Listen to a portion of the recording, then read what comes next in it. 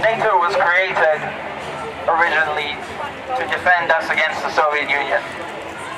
The Soviet Union does not exist anymore. Why has NATO persisted for 3 decades?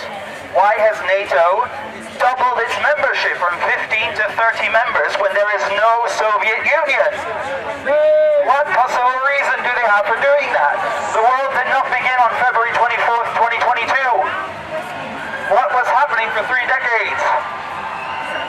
NATO is an aggressive, offensive organization. When they killed Gaddafi, that was not defensive. When they bombed Afghanistan, that was not defensive. When they destroyed Syria, that was not defensive. When they destroyed Yugoslavia and carved it up, that was not defensive. This is part of a salami tactic. They are trying to inch closer and closer towards Russia's borders. This has been a valid, legitimate security issue that the Russians have had long before anyone ever heard of Vladimir Bloody Putin. Okay? The thing is that we lied to the Russians. Our diplomats and our ambassadors told them in the 2+4 negotiations that we will not expand NATO. That was a lie. We not only expanded NATO, we swallowed and absorbed the former Soviet satellite states, meaning Russia's neighbors. Any country on Earth would consider that an aggressive posture. If China began forming a military alliance with Ireland and France and Germany, we would be very pissed off, and legitimately so. Why do the Russians not have the right to legitimate security concerns on their own borders? They do, just like any other country. This is part of the salami tactic. This is encirclement. Everywhere Russia is present, we go and provoke them. In Sudan, Russia enjoys good relations with both sides that are warring right now, meaning Dagalo and Burhan. Russia enjoys significant interest in the mining and gold industry in Sudan. Now Sudan is upside down. Syria has been a Russian ally for decades. Now Syria is upside down. Ukraine used to be part of Russia, and now Ukraine is upside down.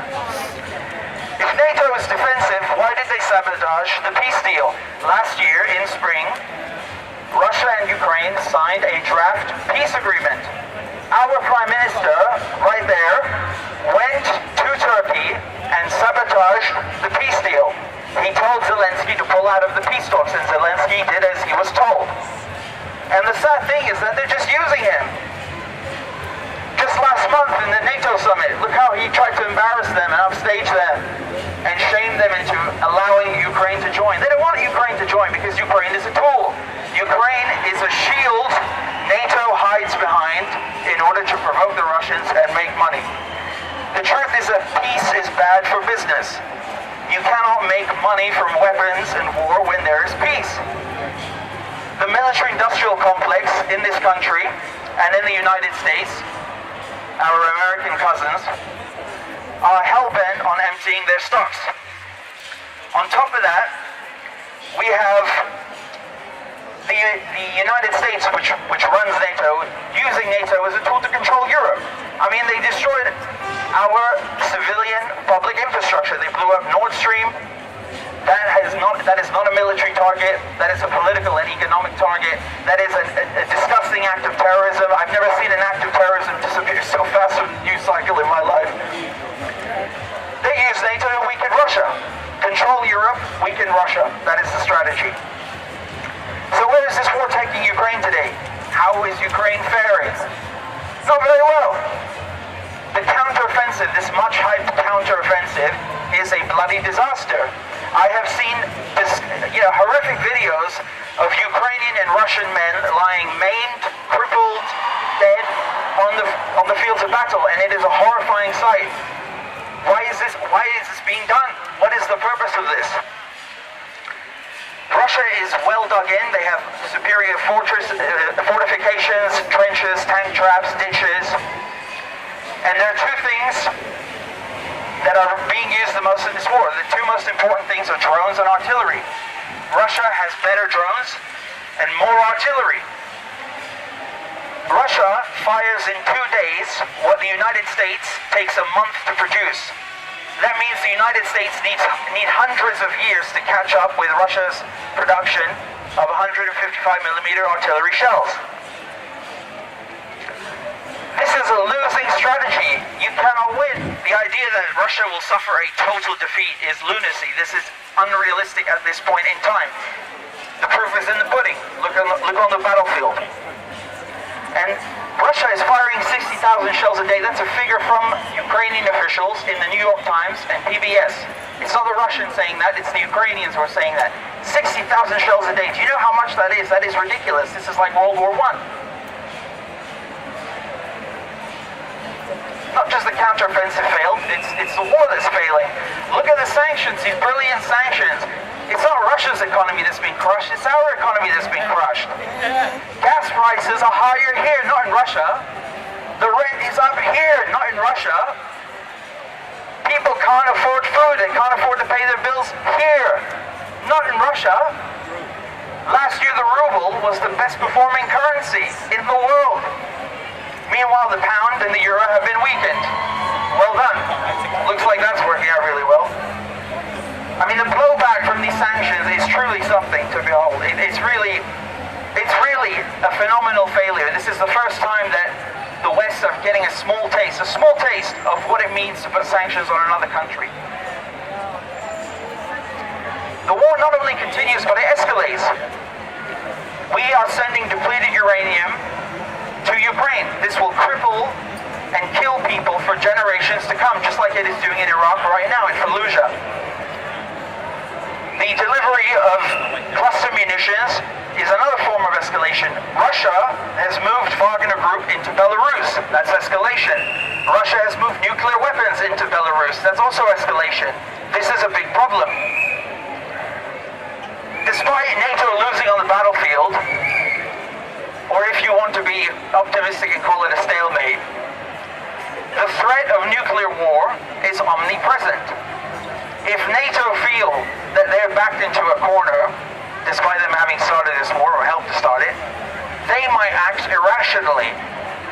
It just takes a small mistake, a miscalculation, human error, computer error, and this planet will be flushed down the toilet. This is not a joke. During the Cold War, many times we have come this close to blowing each other up. Now today is the anniversary of the Hiroshima bombing. Now, this film Oppenheimer was released recently, and with all respect to Mr. Nolan and Mr. Murphy, whose work I admire, this is a good film, but it fails to explore key issues. Was bombing Japan with a nuclear weapon necessary? This is unexplored in the movie, in the film. They don't talk about this. The truth is that there was no need to bomb Japan with a nuclear weapon. You hear people say, well, Japan was not going to surrender. We had to bomb Japan because they just won't surrender. If we bomb Japan with a nuclear weapon, we will save lives by preventing an invasion. What a load of bollocks. You don't have to take my word for it. I'm going to read you some quotes from U.S. admirals and generals fighting the Japanese in the Pacific theater. There is no higher authority. There are no better experts to talk about this subject. Allow me a moment. 3 of the 4 chairmen of Joint Chiefs of Staff at the time said the bombing was unnecessary. Admiral Ernest King said that a naval blockade would be better than using atomic weapons. General Henry Arnold said that conventional bombing was the way to go. Dwight Eisenhower, Douglas MacArthur opposed the bombing. Admiral William Lee, chairman of the Joint Chiefs, was appalled at effects of radiation and argued that atomic bombs were unnecessary and immoral. These are the men, the top brass, fighting the Japanese. I think they know what they're talking about. Lee said that, quote, employment of the atomic bomb in war would take us back in cruelty towards non-combatants to the days of Genghis Khan. In being the first to use it, we had adopted an ethical standard common to the barbarians of the Dark Ages. Sounds nice.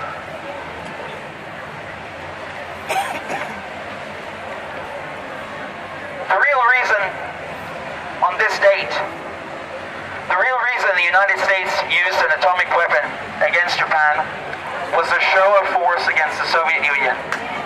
That's the truth. It was a show of force against the Soviets. I mean, Jesus Christ, talk about provocation.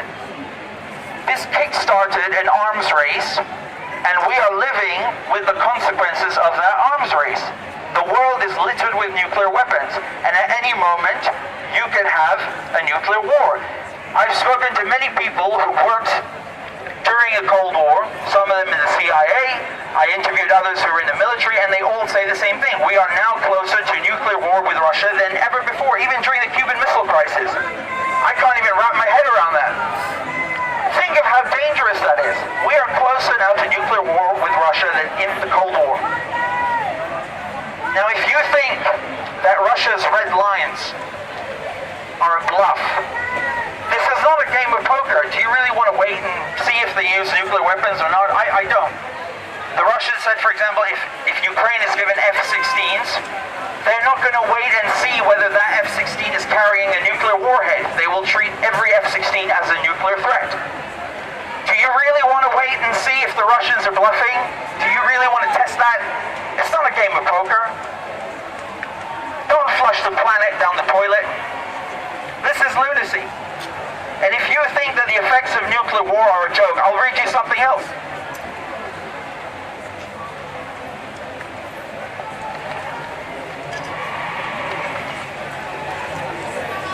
500 warheads were to hit major US and Russian cities, 100 million people would die in the first half an hour and tens of millions would be fatally injured.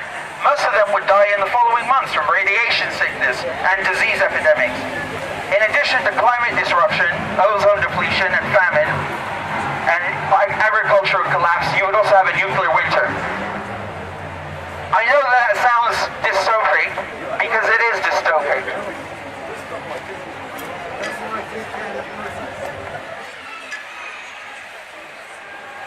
The truth is that NATO and NATO's behavior are isolating us. The BRICS countries, Brazil, Russia, India, China, South Africa, are saying, you know what, screw this. We think we're going to go build our own monetary and financial system. In 2 weeks, the BRICS countries will meet in South Africa and announce a gold-backed trade currency. If they don't do it in 2 weeks, they'll do it, it's just a question of time. They'll do it in good time, very, very soon. This is coming. They are already ditching the dollar. You have countries that are buying oil now in rupees. They're buying oil in rubles. This is not good for the West. NATO's behavior is isolating the West. People are so sick of us and our sanctions that they're running away. We have sanctioned so many people, we've sanctioned ourselves.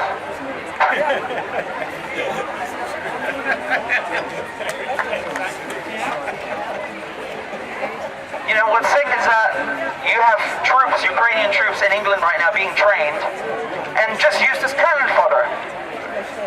American troops, British troops, right? Because we're right here in front of the cenotaph, in front of the memorial. They're being used as cannon fodder. They go and kill innocent people, they get PTSD, they come back here, they sleep rough, they're homeless, treated like shit. Where's the respect and honor for those veterans? Government doesn't care. The cannon fodder. Government doesn't care. And what about the bigger issue here?